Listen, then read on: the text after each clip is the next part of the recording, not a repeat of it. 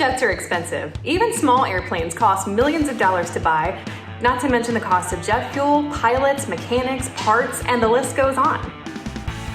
The hourly cost of renting a private jet can start around $2,000 and can go up to $10,000 per hour for a globe-spanning jet like the Gulfstream 650.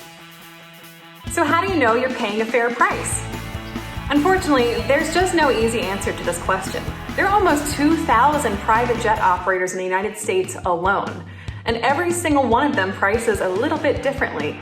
So commercial airliners have had central reservation software that aggregates pricing for the last 30 years at least. Unfortunately, the private jet industry is not like this at all.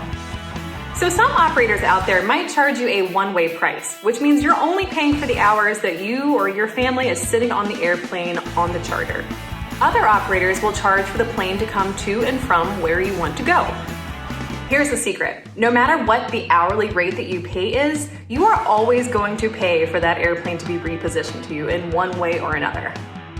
The only time you might not pay the positioning rate is if you get lucky and scoop up a true one-way empty leg flight.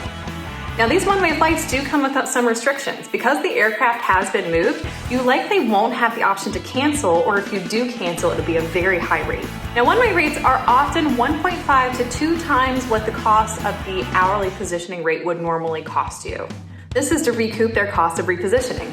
That's why sometimes you'll see operators that advertise the exact same plane, and one is half the price of the other one that looks like it's twice the price. So in most cases, the most cost-effective option for you is going to be an operator that's actually based at the airport that you want to depart or arrive at. However, there is a lot more to choose from than just price when it comes to private jet operators. You can ask questions like, do they have Wi-Fi on board? How old are the airplanes? How do I know my family is going to be safe on this plane? So what does it cost to charter a private jet? The answer depends on so many different factors.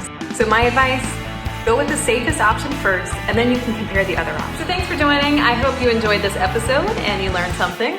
Please subscribe in the comments below and let me know if you have any questions about the private jet industry. And we'll see you next time in the VIP seat.